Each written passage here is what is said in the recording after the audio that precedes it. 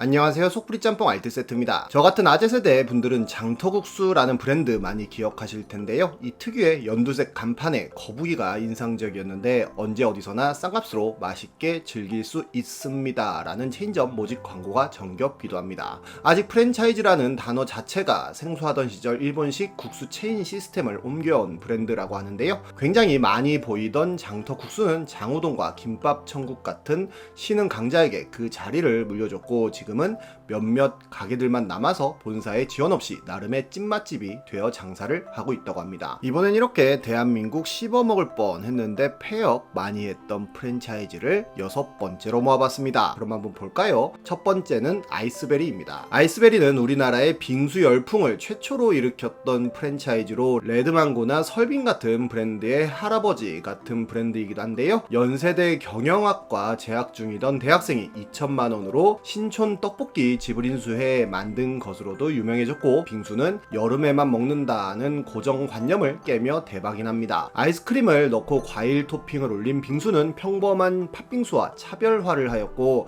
특히 킹 오브 빙수라는 엄청난 크기의 빙수를 처음 봤을 때가 아직도 기억에 나는데 4명이서 먹어도 남을 정도의 양으로 젊은이들에게 많은 사랑을 받습니다. 매장 안에는 꼭 이렇게 나무가 한 그루 심어져 있기도 했는데요. 굉장히 많은 언론에서는 청년 신화라며 아이스베리를 다뤘고, 빠르게 성장하며 30여 개의 지점까지 생겨납니다. 그런데 대학생 창업주가 강원랜드에서 재산을 탕진하고 빚을 갚기 위해 돈을 끌어모으다가 사기 혐의로 구속이 됩니다. 교수들한테 고수익을 보장한다며 9억 원의 투자를 받고 지인에게 코엑스점을 주겠다며 15억 원을 받는 등 총 64억 원의 사기를 쳤고, 참다 못한 교수들이 고소를 했다고 하는데요. 강원랜드에서 잃은 돈만 25억 원이라고 합니다. 결국 아이스베리 가맹점을 운영하던 가맹점주가 아예 본사를 인수해 운영했는데, 이후로 빙수 열풍 자체가 줄어들고 설빙에 그 자리를 넘겨주며 지금은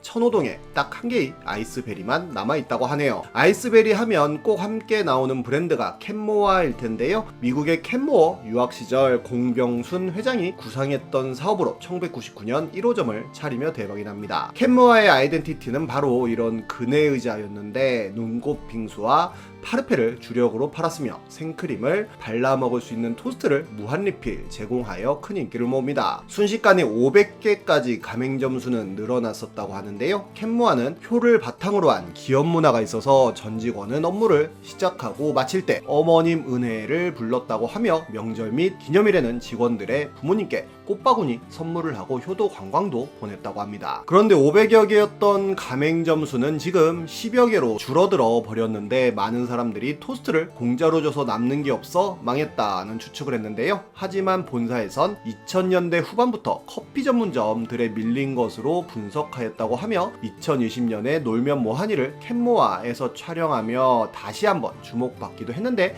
2022년에는 부평구에 신규 매장을 여는 등 아직까지 살아있는 브랜드이기도 합니다. 다음은 압구정 김밥입니다. 압구정 김밥은 이경규가 만든 프랜차이즈 김밥 전문점으로 당시 양심 냉장고로 큰 인기를 모으던 이경규가 양심적으로 가맹점을 모집한다면서 보증금을 받지 않고 체인 본사에 납부하는 로열티도 없앴다는 발표를 하며 큰 화제가 됩니다. 김밥집을 할 수 있는 공간에 2,900만 원만 투자하면 누구나 압구정 김밥을 차릴 수 있었는데요. 워낙 저렴한 가맹비 때문인지 집에서 요리 좀 한다는 어머님들이 많은 창업을 하였고, 순식간에 가맹점 수는 800개를 넘기며 당시 어느 동네를 가든 압구정 김밥을 맛볼 수 있었습니다. 이름이 압구정이라 그런지 90년대임에도 불구하고 은근히 비싼 김밥 가격으로도 유명했는데요. 오픈할 때 이경규가 직접 가서 사인회를 하기도 합니다. 그런데 그렇게 누구나 2,900만 있으면 창업할 수 있다는 점이 오히려 발목을 잡았는데, 본사에서 사인회 외에는 가맹점 관리를 거의 안 했던 건데요. 가맹점주들은 더 싼 재료를 사용한다며 본사에서 공급하는 재료를 사용하지 않았고, 심지어 본사에서 제공하는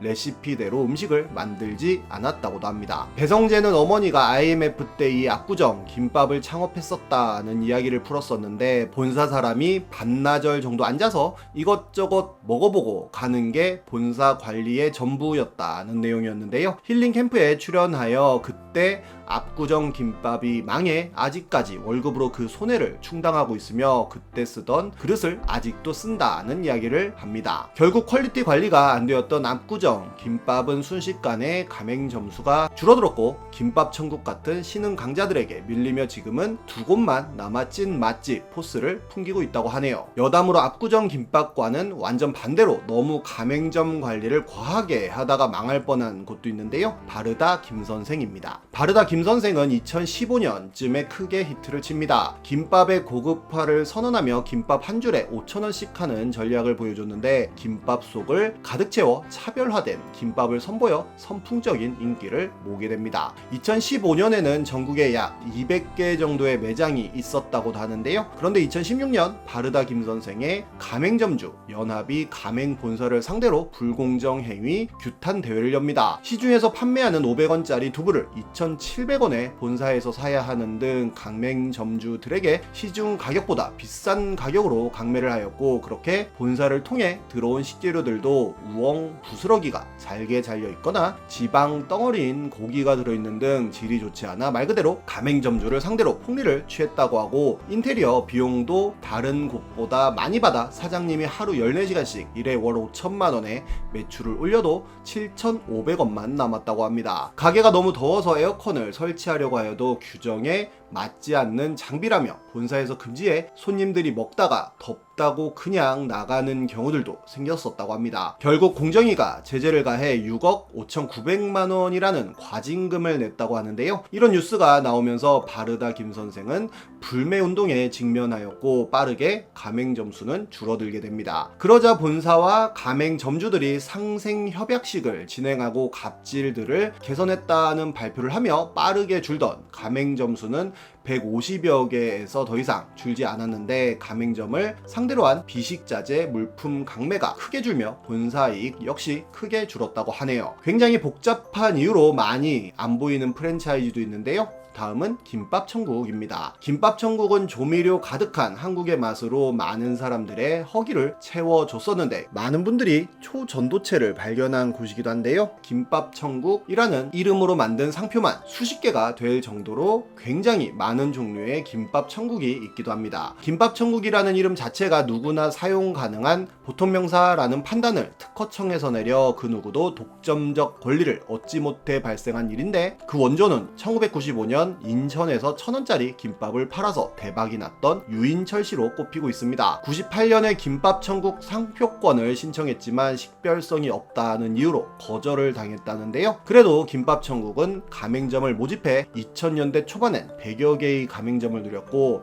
2010년에는 600여 개까지 늘어났다고 합니다. 그런데 같은 김밥천국 간판을 달고 장사하는 김밥집이 너무나도 많아지는데요. 원조 김밥천국은 나름의 아이덴티티를 보여주기 위해 이렇게 정다문이라는 로고를 만들어 붙였고, 지금도 이런 로고가 붙어있는 김밥천국이 원조라고 보면 될 것 같습니다. 하지만 더 많이 알려진 김밥천국 간판은 이 간판일 텐데요. 워낙 유명하여 이런 김천국밥 간판이 생길 정도인데, 디자인은 계속 바뀌어도 이렇게 네 글자 로고는 지속적으로 붙어있고, 이런 로고 때문에 통일교나 여호와의 증인에서 만든 브랜드라는 루머도 있었고, 결국 이렇게 로고를 바꿨다고도 합니다. 김밥 왕국, 김밥 나라, 김밥 지옥 등 짝퉁 프랜차이즈도 어마어마하게 생기면서 오리지널 김밥 천국에 대한 인지도는 지속적으로 떨어졌으며, 짝퉁 천국들이 음식들을 개판으로 만들자 오히려 원조 김밥 천국에 항의 전화가 오는 등 이런 짝퉁들로 인한 피해가 어마어마하게 컸다고도 합니다. 심지어 김밥 천국이 식품위생법에 적발되어 김밥 천국 관계자에게 문의하여도 김밥 천국으로 가맹 사업을 하는 곳이 우리만 있는 게 아니라 모른다는 답변을 하는 등 총체적 난국이 됩니다. 비슷하게 알바천국 역시 특허청에서 처음에 거절을 했었지만, 알바천국 측에서 특허청을 상대로 소송을 걸어 승소한 것을 보면 김밥천국 역시 소송을 걸었더라면 지금 같은 김밥천국 대환장 파티는 열리지 않았을 것 같기도 합니다. 김밥천국의 아이덴티티는 1,000원 김밥으로 언제 어디서든 아주 저렴한 가격에 배고픔을 달랠 수 있다 생겼다는 점이었을 텐데요. 워낙 경쟁이 치열하다 보니 김밥 천국 푸드카페까지 등장하는 등 여러가지 고급화 정책을 펴는 곳도 있었는데 2014년에는 레딧의 한 유저가 한국에 롤드컵을 보러 오는 외국인들에게 한국 요리를 1만원 이하로 맛볼 수 있다며 김밥 천국을 소개하기도 하고, 영국의 록밴드인 라이드가 내한 공연을 와서는 김밥 천국을 먹고 이곳이야말로 진정한 로컬들만 가는 곳이라는 평가를 하는 등 외국인들에게 김밥 천국은 나름 한국 문화 전도사 같은 모습으로 비춰졌다고도 합니다. 하지만 점점 다른 김밥 전문점들이 많이 생겨나기도 하였고 인건비가 크게 오르며 더 이상 주방 아주머니 갈아넣기 같은 장사를 할 수 없다 보니 김밥 천국의